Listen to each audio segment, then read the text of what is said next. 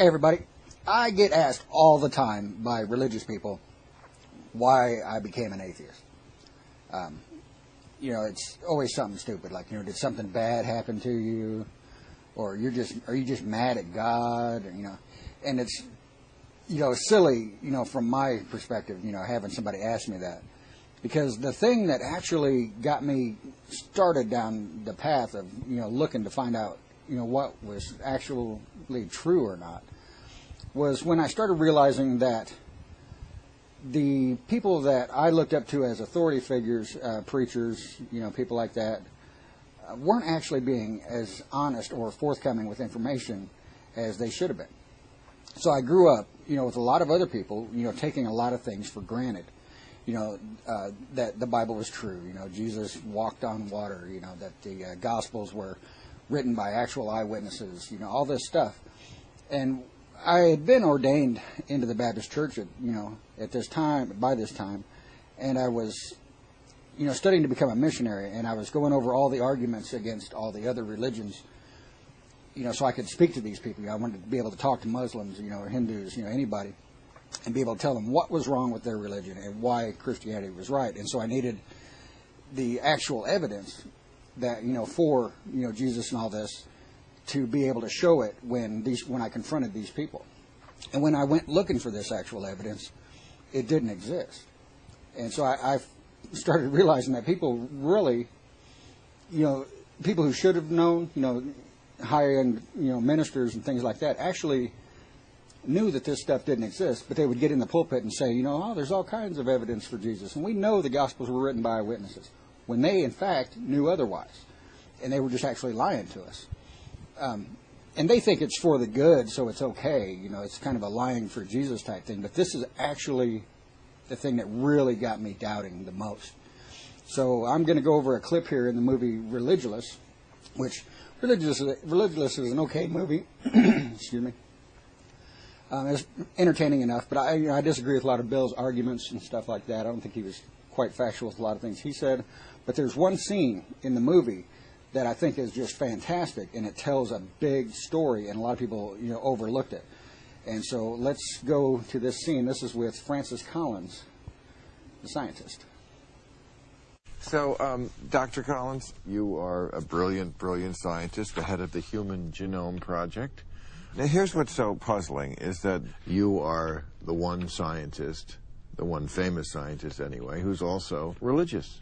Explain that to me. I would argue that if you look at the evidence, that historical evidence of Christ's existence is overwhelming. What evidence? I mean, I've never even heard anyone propose that there's evidence. So there you go. The overwhelming historical evidence for Christ's existence, which equals actually donut.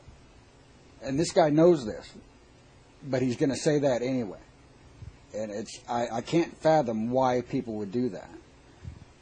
It's beyond me. I don't think he's just, before he said it, I don't think he thought in his mind, okay, I need to lie about this. I think he's so conditioned to say, this sort of things that reaffirm his beliefs that it just falls off his lips. And he, here we have him on video. We know he's flat out wrong, but he's going to say it anyway. And so this is the sort of thing that really got me looking. And he doesn't stop there. So now Bill's going to talk to him about the Gospels, and watch what happens here. When I read the New Testament, it reads to me as the record of eyewitnesses who put down what they saw. So he says they read to him like eyewitness accounts. He's kind of playing with words a little bit. He's not actually saying they were eyewitness accounts, but he's implying that. And the way he worded it, you can tell he strategically said that. Let's continue on. They weren't eyewitnesses. They were close to that. Oh, so he knows they weren't eyewitness accounts. They were just close to that. Well, why didn't he say that in the first place? This is the type of thing that they do. They'll throw something out there like that that's totally wrong on the hope that you or I don't know any better. And we just say, oh, okay.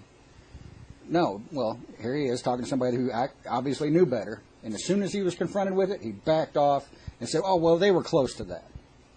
Well, what the hell does that mean? Does that mean they were eyewitnesses or not? They weren't. We're dealing with something that's a minimum of third-hand information, and he ain't done. You know they weren't eyewitnesses. They were close to that. They No. were within a couple of decades of eyewitnesses. Okay. So Bill lets him off the hook, but I wouldn't have done that there. Because now we're talking about, not a couple of decades, about 3 decades. I mean, this is 2011. We're talking about something that would have happened, if we compare the time distance, or time span, something that would have happened in like 1981. And we're just now getting around to writing about it. That's the time that's gone by. And so he knew they weren't eyewitnesses. He knew they weren't close to eyewitnesses. And he knows they're not just a couple of decades, it's more than that. But he keeps saying this. If he knew this from the get-go, why didn't he start from there? And this is what I hate about dealing with people like this, because they know better, but they'll try to fool your ass. And that pisses me off more than anything. It's like William Lane Craig. He knows what's wrong with the Kalam cosmological argument, but he uses it anyway. He knows what's wrong with the moral argument, but he uses it anyway, on the hopes that whoever he's talking to, or people in the audience or whatever, don't know any better. And that's why they do this crap. And I've got another clip here I'm about to play where one of the deans at Brigham Young University is actually training the kids at this college to be deceptive and dodge questions, that they should answer. They should be able to just plainly answer these things, but they're going to try to teach people how to skate around it. And dishonesty is one of the biggest things that just gets in my craw, and you can write yourself off, as far as actually trying to hold a conversation with me once you try doing some crap like this with me. So watch this guy. Believe that God is an exalted man, a man of holiness, as he's called. That he possesses all of the attributes of godliness and their perfection, that there's no quality, no attribute he does not possess. But Joseph Smith did teach in April of 1844 that God was once a man and dwelt on an earth as we do, and that through spiritual development became God. We believe that men and women can become as God and can gain godhood. I am going to tell you how God became to be God. We have imagined and supposed that God was God from all eternity. I will refute that idea and take away the veil so that you may see. He was once a man like us. Yea, that God himself, the Father of us all, dwelt on an earth, the same as Jesus Christ himself did. Joseph Smith.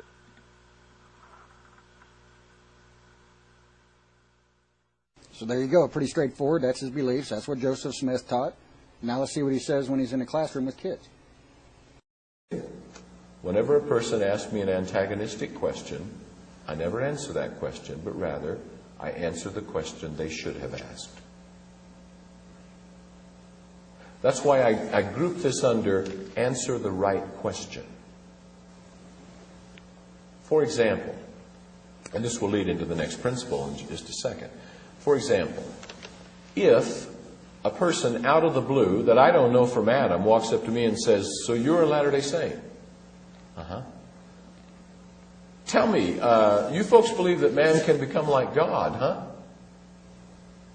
See, how do I respond? I mean, this is a total stranger. I don't know what he knows about the church. It may not be the smartest thing in the world to say, let me quote the Lorenzo Snow couplet for you, and then I'm going to get the teachings of the prophet, and I'm going to read to you the King Follett Discourse. That may not be our best approach. It might be a much wiser approach to say, well, that's an interesting question. It is asked frequently. But, let me begin this way. In the spring of 1820, there was a young man named Joseph Smith, Jr., who was concerned about the subject of religion and wanted to know which church to join. ... What did I just do? I just answered the question he should have asked. We never provide meat when milk will do. So how do you know when any of these people are ever telling you the truth? You don't. That's why I don't believe a word that comes out of anybody's mouth. I have to go dig through history to find out, what they said, when, how, when, what color, and how many. You just don't know.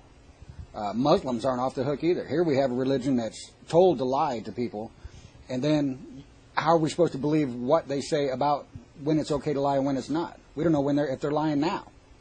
And so, what's this?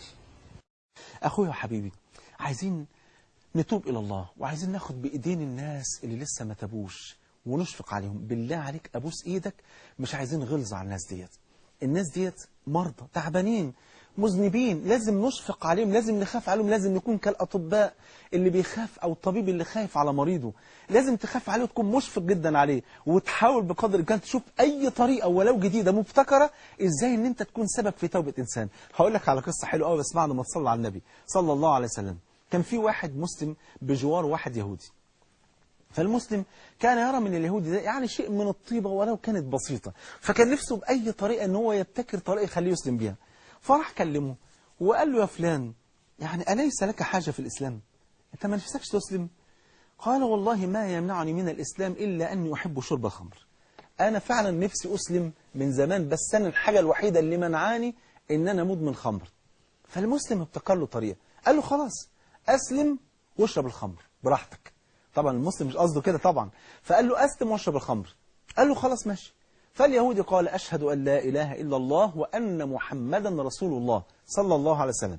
فقال له المسلم الآن أصبحت مسلما، فإن شربت الخمر طبقنا عليك حد الخمر، وإن ارتدت عن دين الله قتلناك. فثبت الرجل على دينه ولم يشرب الخمر أبدا بعد ذلك. ودي كانت حيلة جميلة من هذا المسلم الفاضل. That was just such a wonderful story. It just tugged at my heart.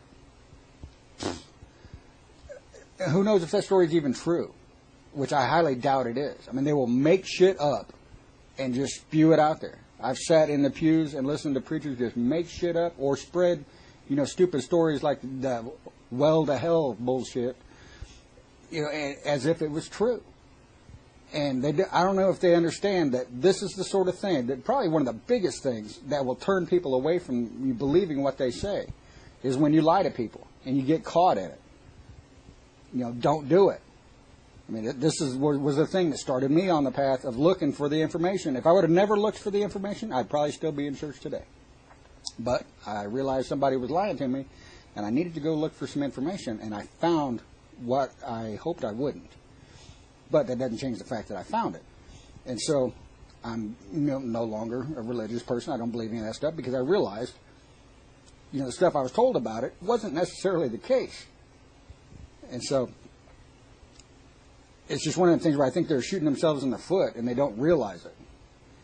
They want to sound good to their peers, but the people outside their peer group, they sound like dishonest jerks. And I have no reason to believe anything else they say. So when a religious person tries to tell me something, I say, okay, I will get back with you, and I go do the research on it. And it's usually not what they say. So holding conversations with these people is very, very difficult to do because you never know when they're telling the truth and when they're not. And a lot of times they don't know better. They're just passing on things that they've heard and they do believe are true that actually aren't. And they just haven't done the research on it. So lying for Jesus, Muhammad, Allah, gets you nowhere. Take care, everybody.